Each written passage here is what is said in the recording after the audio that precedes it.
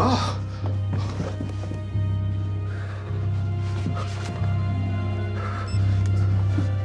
I need help. The film begins in a quiet hospital room where an elderly man named Leo, also known as Tommy Rafferty, lies in his bed. He is in the final stages of his life and appears to be suffering from an incurable tumor. Suddenly, an unknown woman enters the room and approaches his bedside. Leo recognizes the woman and claims that there is no point in harming him since he is going to die soon anyway. The woman remains cold and tells him that she will be the judge of that. She then removes his oxygen mask and brutally tortures him by pushing a heavy food trolley against his neck. After this violent encounter, the screen fades to black and the story shifts to the Irish countryside. We are introduced to the protagonist, Donal, who is a middle-aged farmer living in Belfast. Donal has a quiet life and still lives at home with his aging mother, Florence. Donal spends his days working in the fields, reading newspapers, and hunting animals. He also has a strong interest in mechanics and vehicles. To earn extra income, he refurbishes old cars in a garage he set up on the farm. Despite his rugged appearance and gray hair, Donal is a devoted son with a very close bond to Florence. The two of them share dinner together every night. Florence is portrayed as a kind woman who is always willing to help others in her community. One afternoon, Florence is reading the newspaper when she suddenly becomes very upset. Donal notices her distress and assumes she is sad because a local neighbor recently passed away. However, the real reason for her agitation is that she has read about the death of Leo. It is clear from her reaction that Florence and Leo shared a significant history that Donal knows nothing about. Later that evening, Donal decides to head to a local pub to relax. While waiting for his drink, he encounters a rude, drunk patron who is bothering the bartender. The drunk man notices Donal and begins to mock him for living with his mother at his age. He even insults Donal by calling him a silverback gorilla. Donal tries to de-escalate the situation by asking the man to calm down, but the man attempts to start a physical fight. The bartender intervenes and kicks the drunk man out before any violence can occur. Following this incident, Donal returns home and goes straight to his garage. He focuses his energy on working on an old caravan, fixing the engine and giving it a fresh coat of red paint. The next morning, Donal proudly shows the finished caravan to his mother. He suggests that they take a trip to Montague, a beautiful beach where Florence and her late husband used to spend time. He believes this surprise will make her happy and help her relax. However, Florence reacts with unexpected anger and agitation. She tells him she is too old to travel and demands that he stop wasting his time on machines. Donal is deeply hurt and devastated by her harsh outburst, as he only wanted to do something kind for her. Later that evening, Florence attempts to make amends by visiting Donal in the caravan with some beers. She tells him that she actually loves the music he is playing. Donal turns up the volume so she can enjoy the songs from her own room inside the house. Donal stays in the caravan and continues to drink the beers until he eventually falls into a deep sleep. During the night, he experiences a vivid and unsettling dream. In the dream, he is wandering through a dark forest and finds his mother eerily vacuuming the grass. In the dream, Florence looks at him and begs for help. This causes Donal to wake up with a start. He immediately feels that something is wrong and rushes toward the farmhouse to check on his mother. As he approaches the house, he spots two unknown individuals quickly getting into a car and speeding away. He notices that one of the men appears to be wearing a suit. Donal runs inside and finds a horrific scene in the living room. His mother is lying on the floor, covered in blood and having been brutally beaten to death. Donal immediately calls the emergency services for help. Shortly after, the police arrive and begin to interrogate the distraught farmer about what he saw. Donal explains that he saw two people leaving in a car, but he cannot provide more details because it was too dark outside. After the authorities finish their initial investigation, Donal has to handle his mother's final rites. He tries to move on with his life, but the loss is overwhelming. He attempts to stay busy by working in the fields and tending to his cattle. However, the house feels empty, and he struggles with daily tasks like cooking dinner since he was so reliant on Florence. The silence of the farm only emphasizes his grief. One night, while Donal is cleaning out his mother's bedroom, he makes a startling discovery. He finds a large sum of cash hidden under her mattress. He also finds an old photograph of himself and his mother with another man and a young girl. The back of the photo has a handwritten note that says, "Me, Joe and the kids." This discovery leaves Donal confused about his mother's past. Suddenly, his thoughts are interrupted by a strange noise coming from the garage. Donal grabs his shotgun and cautiously heads out to investigate the disturbance. In the darkness of the garage, he spots a masked intruder. Before he can react, a second intruder appears behind him and holds him at gunpoint. The men order Donal to drop his weapon and force him to stand on a tool.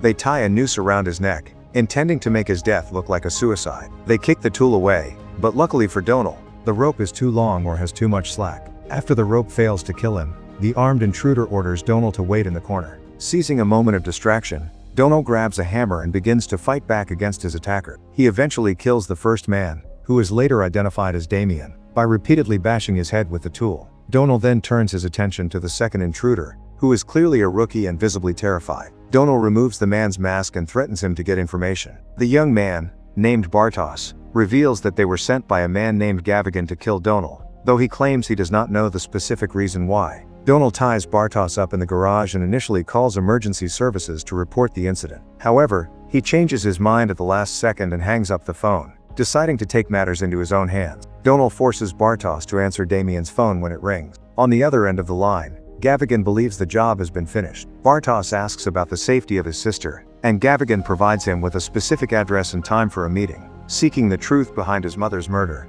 Donal decides to head to that location. Before leaving the farm, Donal uses his tractor to bury Damien's corpse in the field. He then puts the tied-up Bartos in his vehicle and begins the journey to the meeting point. During the drive, Donal stops on the side of the road to extract more details from the shaking boy. Bartos explains that he is from Poland and was forced into this work. Bartos reveals a shocking truth. His sister, Kaya, and several other girls are being held captive and pimped out for money by Gavigan's crew. He has been following orders only to ensure his sister's safety. Upon hearing this, Donal begins to feel sympathy for the boy and suggests they help each other. He points out that if Bartos has failed his mission to kill Donal, his sister is likely in great danger. The two resume their journey and arrive at the address provided by Gavigan. While waiting outside, a vehicle arrives and a man escorts a woman into the building. Bartos believes the woman is his sister and wants to rush in.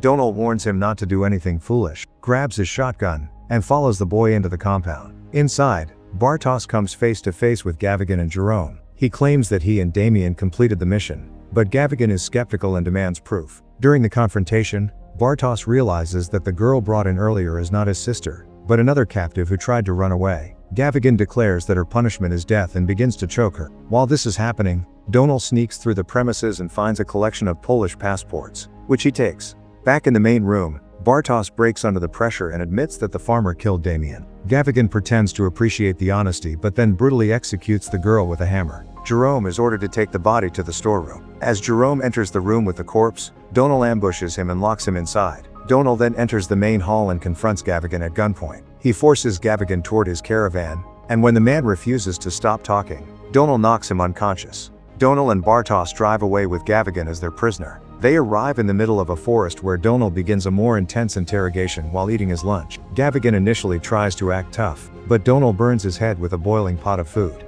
Under the pain, Gavigan breaks and explains that a man named Trevor hired him to kill Donal. Donal asks if Trevor is a fancy-looking guy, and Gavigan confirms it, linking him to the man seen at the house the night of the murder. Gavigan further reveals that Trevor works for a woman named Frankie, who is the real boss of the operation. While Donal steps outside the caravan to relieve himself, Gavigan manages to trick Bartos and escapes into the woods. Donal spots him fleeing and immediately gives chase with his gun. Gavigan manages to reach a spot where he can untie his hands and uses a phone to call Trevor. He updates Trevor on the situation, and Frankie, overhearing the call, is furious that the farmer is still alive. Shortly after, Gavigan encounters Bartos and begins to beat the young man nearly to death. Donal arrives just in time to intervene, and Bartos takes his revenge by stabbing Gavigan twice in the abdomen. As Gavigan lies dying, he decides to provide one last piece of information. He tells them that Kaya's work name in the brothel is Alicia. After Gavigan passes away, they bury him secretly in the woods and prepare for their next move. Donal decides he needs to learn more about his mother's past to understand why she was targeted. He travels to the home of his uncle,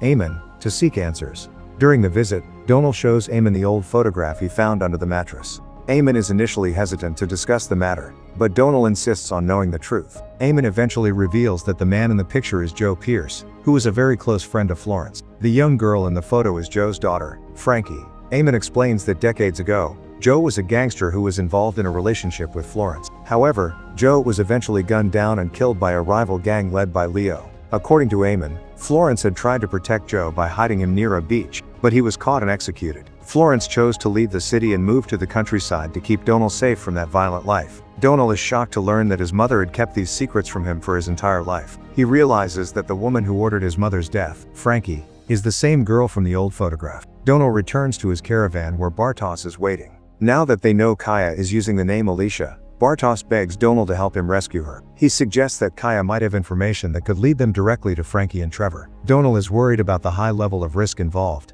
but he ultimately agrees to the plan. To gain access to the brothel, Donal pretends to be a customer and books an appointment with Alicia. Meanwhile, Frankie is at her home and receives a call from Trevor. Trevor informs her that they have identified Bartos's sister and that Jerome is on his way to retrieve her. After the call, Frankie is seen reading about the death of Leo, the man from the hospital. Donald dresses up and travels to the location, which is a large and mostly empty hotel. When he arrives at the room, he encounters a guard standing watch at the entrance. Donald makes his way into the master bedroom where he finally finds Kaya. She is initially terrified of him, but Donald manages to convince her that he is there to help and allows her to speak with Bartos. Working together, Donald and Kaya manage to overpower and incapacitate the guard. Donald asks Kaya if she knows where Frankie is located, but she admits she does not know the boss's whereabouts.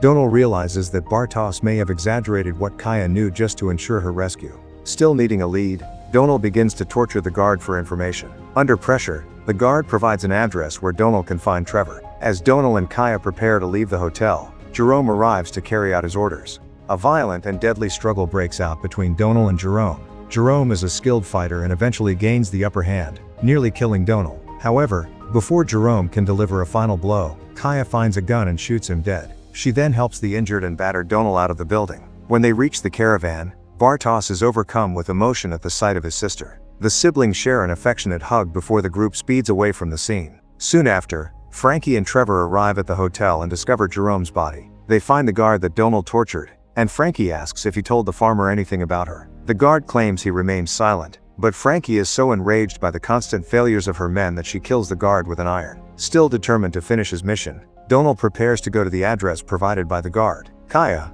wanting revenge for her own torture, decides to go with him. Bartos tries to convince her to just go home, but she refuses to leave Donald's side. They track Trevor's movements and follow him to an upscale neighborhood. Eventually, they locate Frankie. Donald initially prepares to shoot her immediately, but he stops when he sees that she is with her young daughter. He decides it is better to wait until nightfall to make his move. He tells Bartos and Kaya that they should go home, giving them their passports and enough money to start over. Meanwhile, Frankie's frustration with Trevor reaches a breaking point. Because he has failed to catch the farmer, she fires him and decides to handle the situation herself. As night approaches, Donald begins to worry that his uncle Eamon is no longer safe. He rushes to Eamon's house to check on him, but he arrives too late. Donald enters the house and finds his uncle Eamon has been brutally attacked and is on the verge of death. In his final moments, Eamon reveals the complete and complicated truth about the past. He explains that Frankie's father, Joe Pierce, was not just a friend, but was in a secret relationship with Donald's mother, Florence.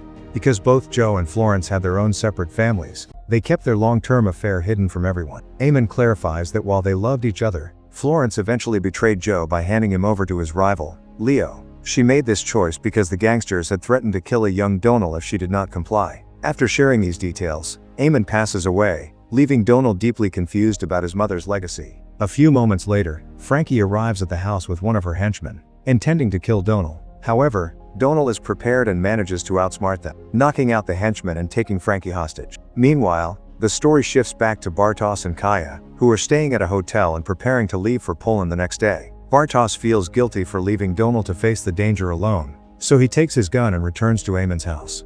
Unfortunately, he is captured by Trevor and another henchman who are also searching for Donald. During this time, Donald has driven Frankie to the same beach where her father was killed years prior. Donald forces Frankie to dig a grave in the sand, planning to execute and bury her there. As she digs, Frankie reveals her side of the story and the reason for her revenge. She explains that she had visited Leo in the hospital to kill him for her father's death, but Leo told her that Joe was already dead when he arrived at the beach. Leo claimed that Florence was the one who actually killed Joe and then framed Leo for the murder. Donald initially refuses to believe this version of events, but the movie provides a flashback to the night Joe Pierce died. It is revealed that Florence was so obsessed with Joe that she put him above her own family. When Joe tried to end the affair to return to his wife and daughter, Florence pointed a gun at him to stop him from leaving. She accidentally pulled the trigger, shooting him dead, and spent the rest of her life feeling guilty for the accident. Frankie explains that her mother died of a broken heart and she herself was orphaned because of Florence's actions. She admits that she beat Florence to death because she was enraged by the truth. Frankie pleads for her life, telling Donald that if he kills her, her own daughter will become an orphan just like she was. Donald is moved by this plea and decides to show mercy, lowering his gun to walk away. However, as soon as his back is turned, Frankie proves she is still a threat by attacking him with a shovel. She then runs to the caravan to retrieve her own firearm to finish him off. Donald recovers quickly and manages to kill Frankie before she can shoot him. Just as the ordeal with Frankie ends, Donald receives a phone call from Bartos's phone. Trevor is on the other end and demands to know if Frankie is safe, threatening to kill Bartos if she isn't. Donald tells Trevor that Frankie is dead, which prompts Trevor to decide to kill Bartos in retaliation. Donald desperately offers to give himself up if Trevor spares the boy, but it is too late. A gunshot is heard over the phone, indicating that Trevor has killed Bartos. Trevor tells Donald to meet him at the house to settle the score once and for all. Donald, now a broken and lost man, sits on the beach and dials the emergency services. He hesitates and hangs up without speaking, appearing to decide that he must take matters into his own hands one last time.